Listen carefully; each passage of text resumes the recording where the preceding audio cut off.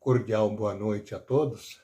Eu saúdo a todos vocês na paz de Cristo, nesta noite especial, noite da Sexta-feira Santa, em que nós teremos mais um estudo bíblico, o último estudo das cartas de Pedro.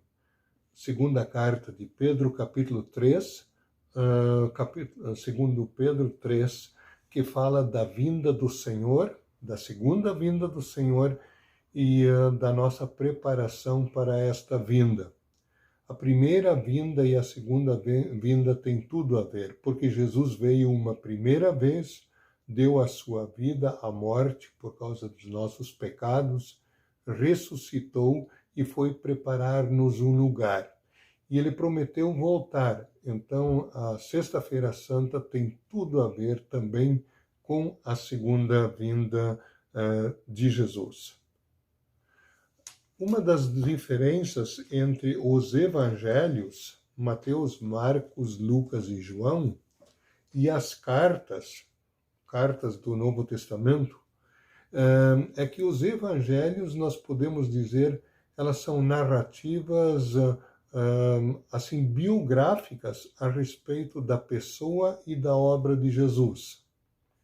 E as cartas, elas são uma espécie de explicação, são textos teológicos que interpretam para a igreja essas verdades dos evangelhos. E com as cartas de Pedro, isso não é diferente.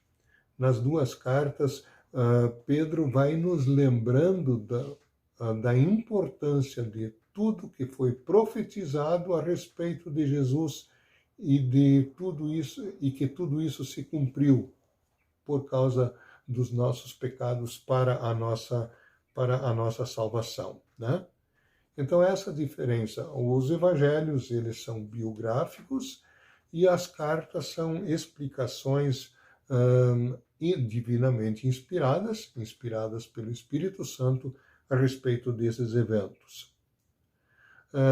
As cartas de Pedro e essa segunda carta, naturalmente, entram nessa linha também.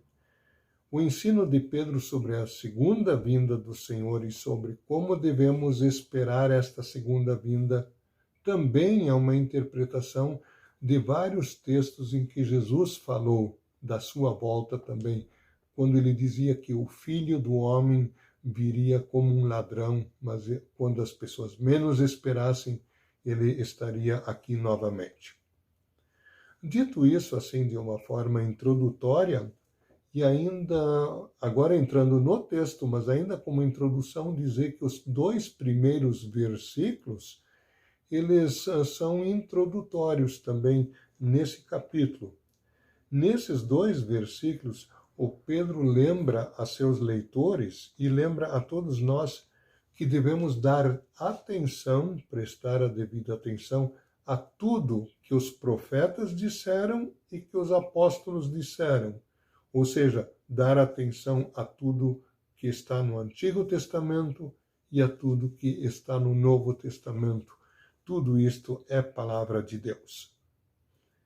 Na primeira carta aos Coríntios, por exemplo, o apóstolo Paulo, no capítulo 15, ele começa dizendo assim, que antes de mais nada eu entreguei para vocês nenhuma novidade.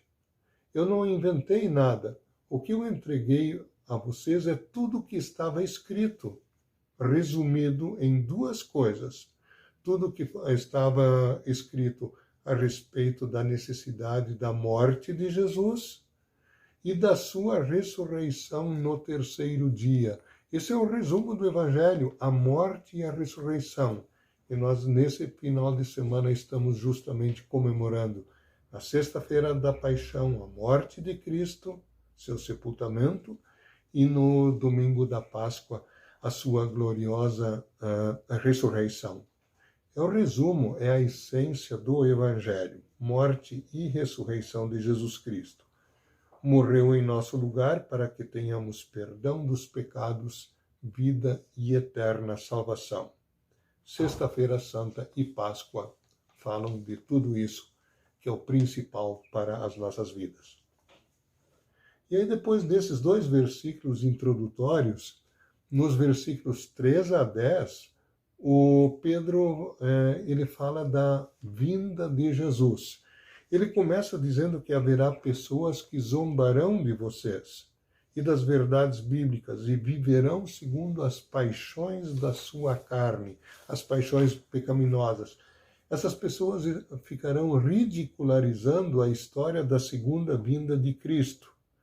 Elas não acreditam na destruição do mundo, num juízo final, na segunda vinda de Jesus para julgar os vivos e os mortos, para levar os crentes para junto de si definitivamente. Eles zombam de tudo isso, diz o Pedro, dizendo mais ou menos assim: desde a criação do universo, desde a criação do mundo, as coisas estão sempre iguais, nada mudou, não vai mudar daqui para frente. Aí o Pedro vai argumentar com a palavra de Deus, dizendo: mentira, no mundo antigo ele foi destruído pela água, referindo-se ao dilúvio. Essa água foi destruição para a maioria das pessoas que viviam em revolta contra Deus.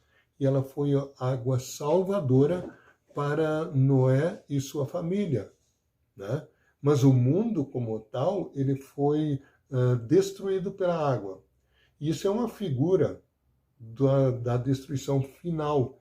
Só que a destruição final dos céus e da terra, tudo que neles há, não será mais pela água, mas pelo fogo. O mundo está sendo reservado para a destruição no fogo. E para essas pessoas que ridicularizam essa ideia, que diziam nada mudou, nada vai mudar, e que estaria demorando então essa vinda de Cristo, por isso não seria verdade, aí o Pedro cita o Salmo 90, versículo 4, dizendo: essas pessoas esquecem que para o Senhor 1000 anos é como um dia e um dia como 1000 anos. E aí o Pedro diz: por que Jesus ainda não voltou? Por amor. Porque Deus é muito paciente e quer que a salvação chegue para todas as pessoas. Só por isso Jesus não voltou ainda. E a nossa missão como igreja, a missão da igreja cristã, é apressar, por assim dizer, a vinda de Cristo. E como a gente faz isso? Pela evangelização, pregando, anunciando arrependimento para o perdão dos pecados e fé em Jesus Cristo, na sua morte, na sua ressurreição, na sua obra salvadora. É assim que a gente, divulgando isso, que a gente apressa, por assim dizer, a vinda de Cristo. Porque o mundo está reservado para a destruição no fogo. Que tipo de destruição? Será uma purificação através do fogo, porque também se fala em novos céus e nova terra que serão criados. Está no versículo 13. Em Apocalipse 21, 1 a 4, diz que eu crio novos céus e nova terra. Deus vai habitar com o seu povo. Então esse fogo não será uma destruição no sentido de redução ao nada absoluto, mas uma transformação. Tudo passará pelo fogo, tudo será purificado, né? E nós, por exemplo, os que tivermos vivos, se a geração que for encontrada em vida será transformada, e a geração dos que morreram, esses serão ressuscitados e transformados, e todos terão um corpo glorioso, não mais sujeito ao pecado, sofrimento e morte. Um corpo glorificado, né? Isso acontecerá naquele grande dia. E como nós devemos esperar esse grande dia? É a segunda grande parte deste último capítulo da segunda carta de Pedro, os versículos 11 a 18. Algumas ênfases eu dou aqui. A forma que nós temos de apressar a vinda do Senhor é espalhando o Evangelho, como eu já disse antes, o Evangelho da salvação por Jesus Cristo. Nós devemos ser esforçados em viver uma vida agradável a Deus. viver em paz, paz de espírito, em arrependimento e fé, e viver em paz com as pessoas, amando as pessoas, vivendo de acordo com os mandamentos de Deus. Nós devemos viver buscando o reino de Deus e a sua justiça em primeiro lugar, sabendo que todas as demais coisas nos serão acrescentadas, como diz o nosso querido Jesus, nosso Senhor Jesus Cristo, em Mateus 6:33. Nós devemos tomar cuidado com doutrinas falsas, qualquer coisa que nos afaste de Cristo, com a confiança de que Ele é o nosso único e suficiente Salvador. Doutrina falsa, uma delas seria nós confiarmos nas nossas obras para merecermos perdão e vida eterna. Cuidado com isso, cuidado com doutrinas falsas e com os erros das pessoas imorais, diz o Pedro.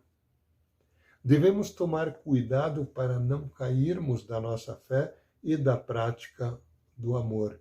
Devemos tomar cuidado com a falsa segurança. Ora, eu tenho perdão dos pecados, Deus me ama, eu estou salvo, então eu começo a relaxar na minha vida cristã. Até o apóstolo Paulo perguntou certa vez, então quer dizer que a gente vai pecar mais para que Deus seja mais Deus, mais amor, que Deus tenha mais coisas para perdoar? De jeito nenhum. Isso é um perigo para a fé, esse tipo de argumento, esse tipo de pensamento. Cuidado, então, com a falsa segurança. Nós temos que viver assim, sempre fortalecidos pela palavra e pelos sacramentos. Então, é ali que nós buscamos forças para que nossa fé seja alimentada, fortalecida, e assim nós somos conservados. Deus nos perdoa os nossos pecados porque nós ainda somos pecadores por causa de Jesus Cristo, e em sua graça, por seu poder, por seu amor, por sua atuação, ele nos conserva na fé até o fim. É isso que ele promete e é ele quem cumpre. Nós devemos crescer na graça de Deus, no amor de Deus e no conhecimento de Cristo, conhecimento da nossa salvação. Conhecemos através dos estudos, das meditações da palavra de Deus, né?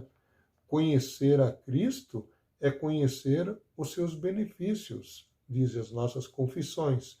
E conhecer os benefícios de Cristo esses só podem ser conhecidos à medida em que nós reconhecemos os nossos males, né? À medida em que nós conhecemos mais a Cristo, nós também nos conscientizamos do quanto o pecado é algo grave, né? Mas diz a palavra de Deus também numa carta de Paulo, onde abundou o pecado, superabundou a graça de Deus.